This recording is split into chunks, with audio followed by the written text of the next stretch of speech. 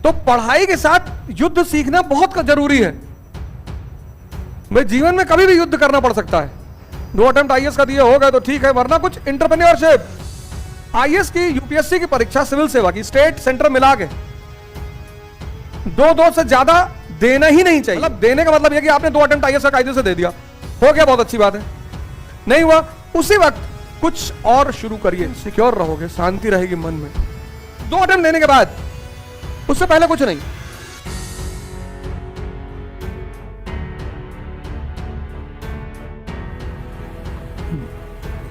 जय हिंद फ्रेंड्स।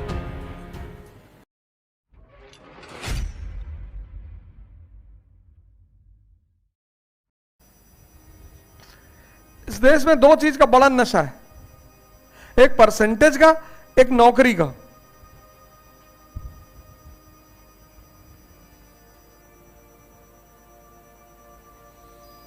और नौकरी कर लो तो ना तो पैसा है और गुलामी अलग से है।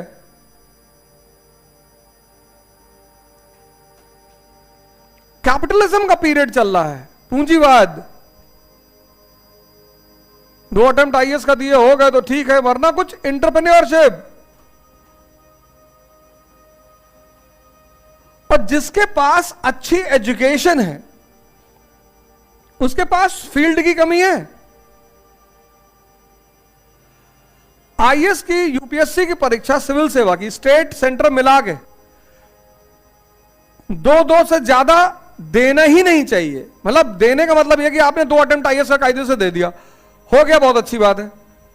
नहीं हुआ, उसी वक्त कुछ और शुरू करिए। खासकर लड़कियों के लिए सबसे अच्छा रहेगा पीजी, पोस्ट ग्रेजुएट कर लिया अपने सब्जेक्ट में जो उनका ऑप्शनल है, और फिर नेट या जेआरएफ क्वालिफाई कर लिया, तो एक चीज तुरंत सिक्योर हो गई। जेआरएफ क्वालिफाई कर लिया, नेट कर लिया, तो पीएचडी तो हो ही जाएगी, तो टीचिंग लाइन का मामला फेट हो जाएगा। लेकिन 2 अटेम्प्ट देने के बाद, 2 अटेम्प्ट में अगर हो गया, सेंटर में हो गया, स्टेट में हो गया, फिर तो कोई जरूरत ही नहीं। इनकेस नहीं हुआ तो जब 2 अटेम्प्ट दे लिया तुरंत पीजी।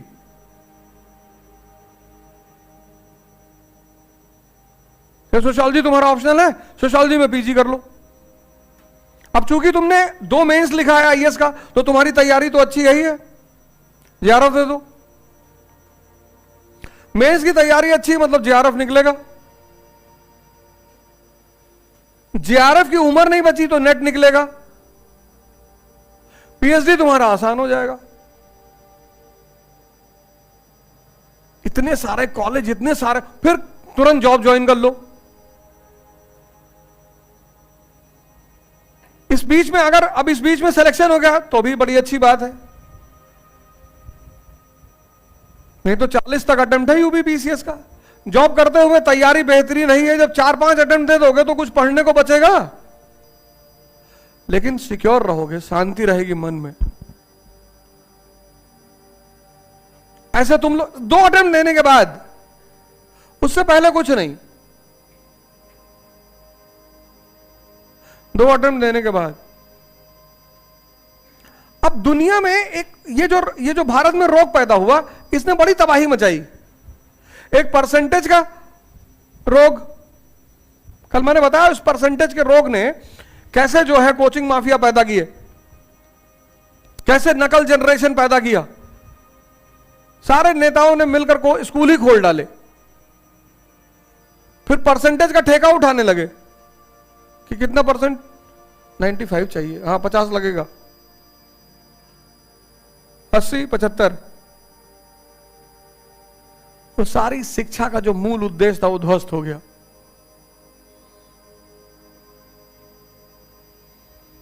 अस्सी 75 90% लिए हुए लोगों को कुछ पता ही नहीं है,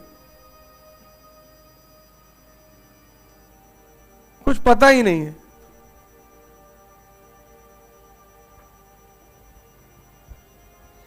अपनी अपनी कहानी सुना रहे हैं। उसी बीच नई यूनिवर्सिटियां खुल गई, व्हाट्सएप यूनिवर्सिटी खुल गई, ये एक नई यूनिवर्सिटी है। सोचो ध्यान करने से क्या मिलता है। ध्यान करते करते ध्यान विवेकानंद ने किया, और कई सारे, स्वामी सहजानंद की हत्या हुई, वो भी तो ध्यान करते थे। ध्यान करने की कोई जरूरत नहीं, तलवार चलाना सीखो। ध्यान के साथ तलवार सीखो, तलवार भी मत छोड़ो।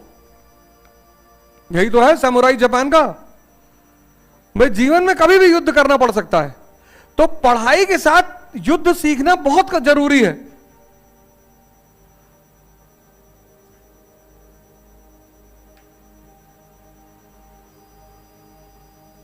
सिर्फ एक चीज इस देश में क्या है, कुछ लोग सिर्फ पढ़ाई कर रहे हैं, कुछ लोग सिर्फ युद्ध सीख रहे हैं। दोनों का बैलेंस होना चाहिए। इसी देश का आदमी को मैंने देखा डायलॉग मारते हुए कि पैसा क्या है, और हर जगह जाके रोता भी है।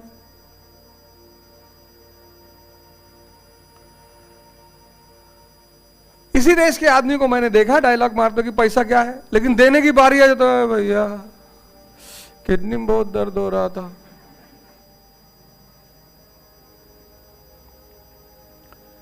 इस देश में जो लोग नीडी हैं, जरूरतमंद, उनकी मदद इसलिए नहीं हो पाती क्योंकि जिनको जरूरत नहीं है वो भी लाइन में खड़े हैं। अभी तुम हनुमान मंदिर पे गमछा बांटना शुरू करो रिक्शे वालों को, कुछ लोग कार आगे लगा के उतर आएंगे। भैया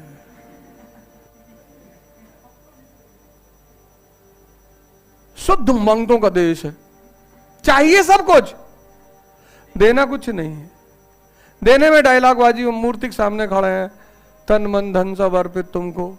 किसी जिंदा आदमी के सामने नहीं कह रहे हैं, पत्थर के सामने कह रहे हैं। और पत्थर अगर निकल आए और कहे अच्छा ये जो घड़ी लगाए हो आईपीएल वाली दे दो,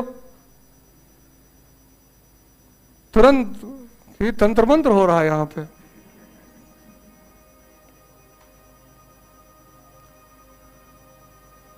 किसी जिंदा आदमी से कह के देखो, तन मन धन सब अर्पित तुमको, कहेगा मन इतना खराब है तुम्हारा, उसको लेके हम करेंगे क्या? और तुमको डायबिटीज है, तुम्हारा भी तन भी खराब है, 2-4 लाख रुपया रखे हो वही दे जाओ, धर्म परिवर्तन कर लेगा। कि फलाने मंदिर में गए थे, भगवान को पैसे क्या जरूरत है, जिसके पास सारा ब्रह्मांड है।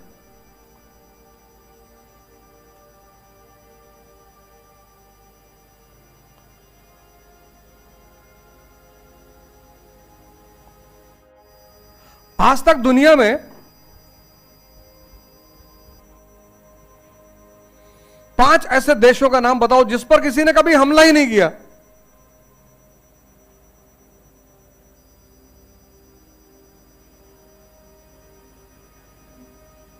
देश थोड़ी अंटार्कटिका।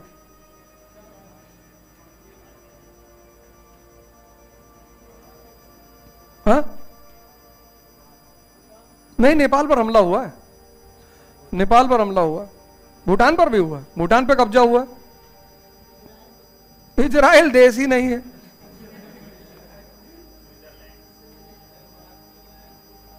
स्विट्जरलैंड समझौता है। स्विट्जरलैंड यूरोप का अयोध्या है। हर कॉन्टिनेंट में, हर कंट्री में एक एरिया को अयोध्या डिक्लेयर किया जाता था। अयोध्या मतलब नो वॉर जोन, कि इस एरिया में युद्ध नहीं होगा। तो जब भी 2 राजा या 2 सरकारों को मीटिंग करना होता था, विरोधियों को, तो उसी इलाके में आते थे। यह था अयोध्या का कॉन्सेप्ट।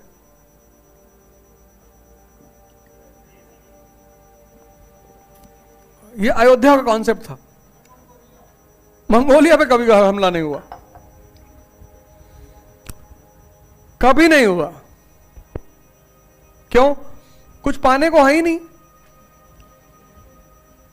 अब तुम जब पाकिस्तान की नीति बनाओगे आईएएस बनकर, तुमसे प्रधानमंत्री पूछेगा क्या वर्मा साहब पाकिस्तान हमला करे? अरे बोले नहीं साहब,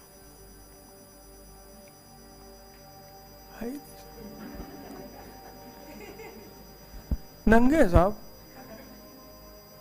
और नंगे से अगर तुम सड़क पे लड़के कपड़ा पहन के, तुम्हारा कपड़ा फाड़ डालेगा, तुमको भी नंगा कर देगा।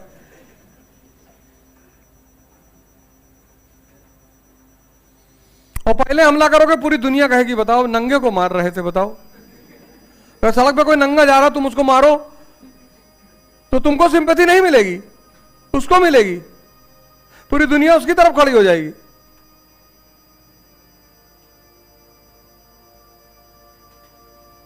यह एप्लीकेशन ऑफ कॉन्सेप्ट।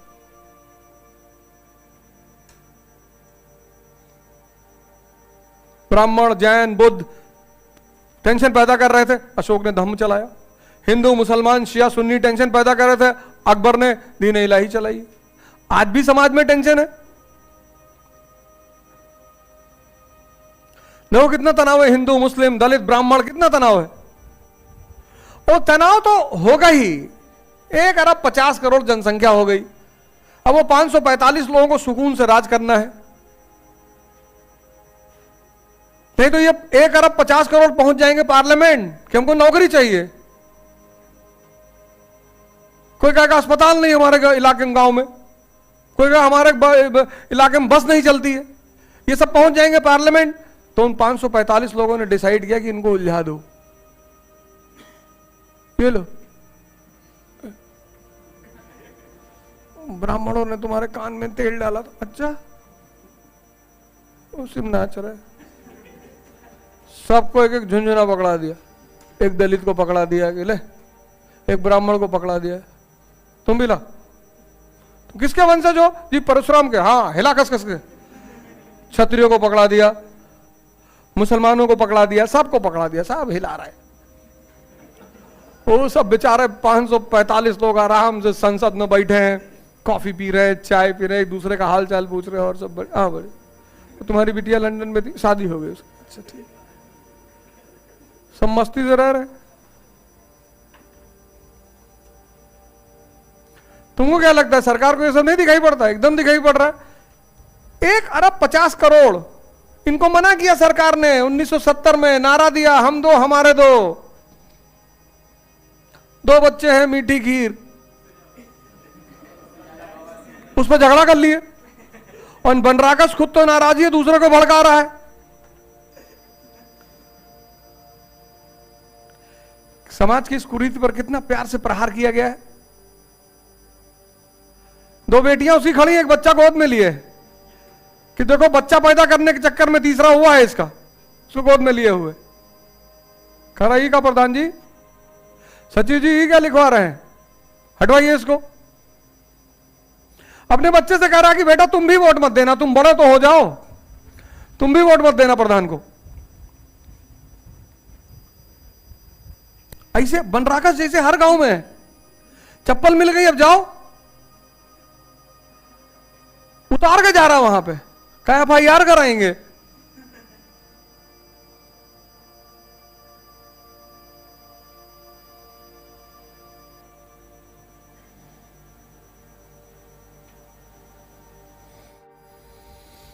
भारत देश को चलाना है, भारत देश जहां पढ़े लिखे लोग हरकतें करते हैं। अभी यहां से निकलोगे ना, देखना लिफ्ट के पास कितना थूक रखा है।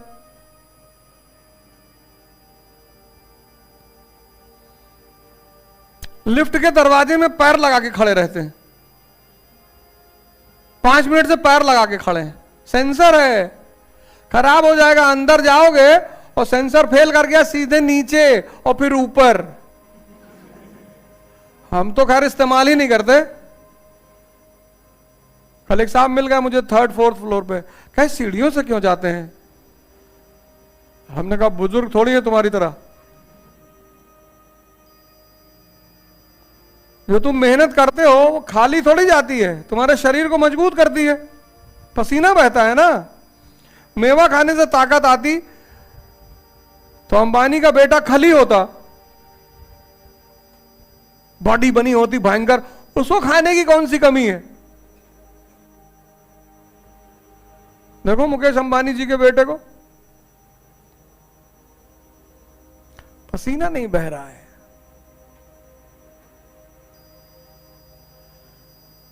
नहीं तो रिक्शा वाला, मजदूर, कभी इनका हाथ पकड़ के देखो, कि जो मकान मजदूर बनाते हैं, कभी इनसे लड़ के देखो कुश्ती, नचा के फेंक दे। इतनी ताकत है शरीर में। वो ताकत आई कहां से? ये तो मेवा खाते नहीं, पसीना बह रहा है। न बेचारे काजू खाएं, ना पिस्ता खाएं, ना बादाम खाएं।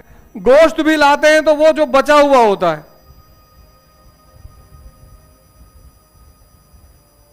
तुम तो चिकन ले आए 400 रुपया किलो, उसका पैर छोड़ा है, पंजा, पंजा लेग तो लेके चले आए, पंजा छोड़ आए, वो उस पंजे को खरीद के ले आते हैं 50 रुपए किलो।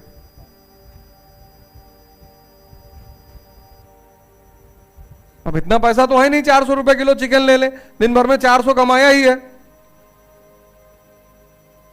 तो 50 रुपए किलो जो पंजे, क्योंकि पंजा लेके कोई नहीं आता, सब फेंक देते हैं, वो उसको ले आते हैं 50 रुपए किलो।